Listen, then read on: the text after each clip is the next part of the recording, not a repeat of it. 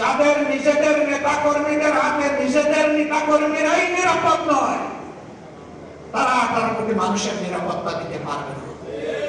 যেদিন গণভোটের গণরায়কে অস্বীকার করা হয়েছে, সেই দিন থেকেই নতুন করে আবার ফ্যাসিবাদের যাত্রা বাংলাদেশে শুরু হয়েছে। আমরা বিশ্বাস করি ন্যায় এবং ইনসাফের ভিত্তিতে একটা দেশ এবং জাতি গঠন করতে হলে একটা দলের নিজের ভিতরেই আগে ন্যায় ইনসাফ এবং গণতন্ত্রের চর্চা হতে হবে। যারা নিজের দলের মধ্যে গণতন্ত্রের চর্চা করতে পারে না, যাদের নিজেদের নেতা কর্মীদের হাতে নিজেদের নেতা কর্মীরাই নিরাপদ নয়, তারা 18 কোটি মানুষের নিরাপত্তা দিতে পারবে না।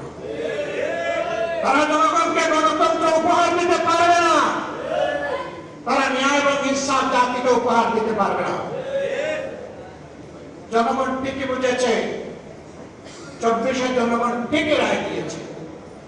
হয়তো প্রশ্ন করতে পারেন, রায় যদি আপনারা পেয়ে থাকেন তাহলে সরকার গঠন করতে পারলেন না কেন? আমাদের রায়কে হাইজ্যাক করা হয়েছে, ডাকাতি করা হয়েছে, জনগণকে অপমান করা হয়েছে এবং ইতিমধ্যেই তার সাক্ষ্য পাওয়া গেছে। হ্যাঁ, গুগু বারবার আসে দান পেয়ে চলে যেতে, কিন্তু কপাল যখন মন্দ তখন কিন্তু জালে বেঁধে যায়। গুগু, তুমি একবার জনগণের ধান খেয়েছো, আবার খাওয়ার চিন্তা করো না। এবার আসলে ঠিকই তোমার লেজ, ঠিকই তোমার পা, ঠিকই তোমার ডানা অবশ করে দেওয়া।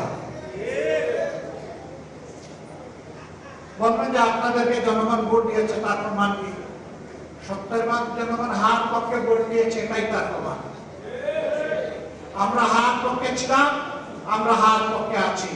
আমরা জনগণের সুপ্রিম উইলে আমরা সম্মান দেখিয়েছি, আমরা দেখিয়ে যাব।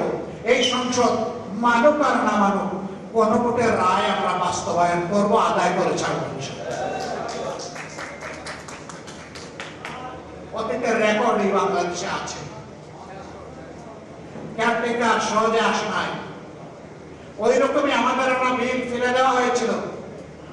আমরা বলেছিলাম, চেয়েছিলাম সংসদে প্রতিকার, দিয়ে দিলেন আমাদেরকে জনগণের কাছে ফিরিয়ে।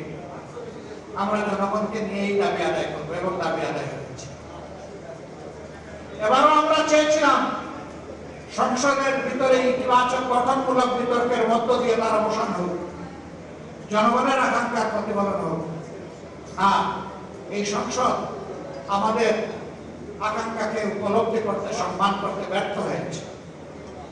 আমরা তাই বলেছি, জনগণের রায় বাস্তবায়নের জন্য এখন আমরা সংসদ থেকে জনগণের কাছে ফিরে যাচ্ছি।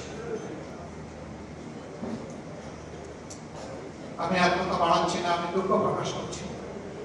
পর্যাপ্ত সময় হাতে নিয়ে রওনা করেছিলাম, আসতে পারলাম না। কেন জানেন? বাংলাদেশ তেলের উপরে বাসছে, এই জন্য আমি আসতে পারি। সংসদে যখন সরকারি দলের মন্ত্রীরা কথা বলেন, এমপিরা কথা বলেন, তখন মনে হয় বাংলাদেশে এখন দুধের নহর নয়, তরল সুনার নহর এখন বয়ে যাচ্ছে। আমরা যখন জ্বালানি সংকট আর জনগণের ভূখণ্ডে নিয়ে কথা বলি, আমাদের নোটিশটা আলোচনায় আসতেই দেওয়া হয় না। হয় সত্য জনগণের কাছে প্রকাশ পেয়ে যাবে। তো পেঁচা চোখ বন্ধ করে রাখবে বলে আগামীকালকে সূর্যকে উঠবে না? অবশ্যই। আজকে সূর্য যেমন উঠেছে, কিয়ামত যদি না হয়, আগামীকালও ইনশাআল্লাহ সূর্য পূর্ব দিকে উঠবে। পেঁচার চোখ বন্ধ থাকার উপর সূর্যের উঠা না উঠা নির্ভর করবে না ইনশাআল্লাহ। পাম্পে, এক একটা পাম্পে লাইনে হাজার হাজার গাড়ি এবং মোটরসাইকেল দ্বারা এসে লাইনে লাইন, এখন আর চাকাই ঘুরে না। সেদিন দেখলাম যে একটা গাড়ি তেল নাই, এখন গাড়ি চালানোর তেলও দিবে না। এই জন্য গাড়ির সামনে গরুর গাড়ি দিয়ে গাড়ি টানতেছে। আমাদের মন্ত্রীরা বলে, আগের চাইতে আমাদের তেলের রিজার্ভ এখন অনেক বেশি, চাহিদা বেড়ে গেছে। তো তোমরা তোমাদের ব্যবস্থাপনার দুর্বলতা, এটা তোমরা সূত্রে উঠো না। জনগণকে কেন গুণা করছে? আজকে সেই গাড়ির চাপে পড়ে আমার গাড়ির তেল প্রায় শেষ হয়ে যাওয়ার, ঘন্টার মতো এই রাস্তায় কাটিয়ে দিলাম।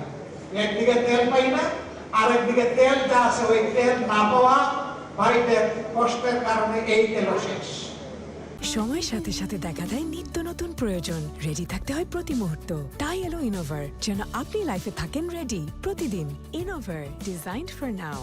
আমরা কোনো অন্যায়ের কাছে মাথা উন্নত করবো না এবং অন্যায়ের ব্যাপারে ছাড় দেব না।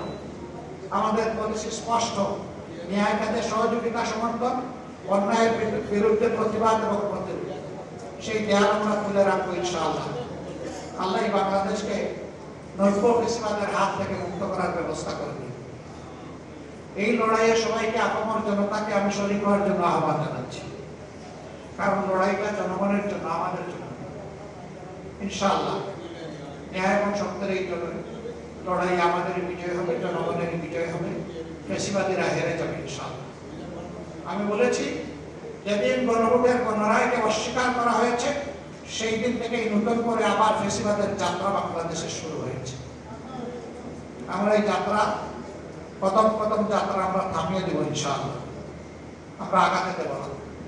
আরেকটা বিষয় বলেই শেষ করছি, জ্বালানি সংকট মোকাবেলা করার জন্য আমাদের ফিরিস্তা শিশুদের উপরে প্রথমে হাত পড়েছে। তাদের স্কুল বন্ধ করে দিয়ে ঘরে পাঠিয়ে দেওয়া হচ্ছে।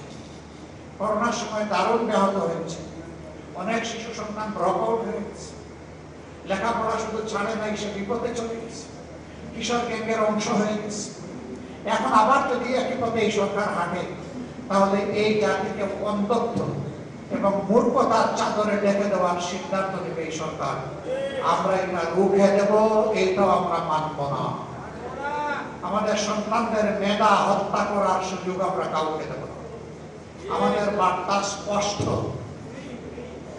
সব ব্যবস্থাপনা নেওয়ার পরে সর্বশেষ হবে শিক্ষা, এর আগে নয়। শিক্ষা দিয়ে নয়, লোড ম্যানেজমেন্ট বলেন আর ডিমান্ড ম্যানেজমেন্ট বলেন, আমার শিশু সন্তানদেরকে দিয়ে নয়, শিক্ষা দিয়ে। এটা সবার শেষ। এটা 18 কোটি মানুষের জন্য, আমাদের ভবিষ্যৎ বাংলাদেশের জন্য, ভবিষ্যৎ প্রজন্মের জন্য, মাথা উঁচু করে দাঁড়ানো একটা শিক্ষিত জাতির জন্য।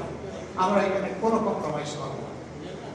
আবার আজকের এই আলোচনা সবার শুভকামনা করে এবং যাত্রার অব্যাহত যাত্রা মহান মাহবুদের দরবারে কামনা করে আয়োজক সবাইকে, সংগঠনের সবাইকে, সুধীমণ্ডলীকে আমার পক্ষ থেকে কৃতজ্ঞতা জানিয়ে আমার বক্তব্য এখানে শেষ করছি। আল্লাহ হাফিজ।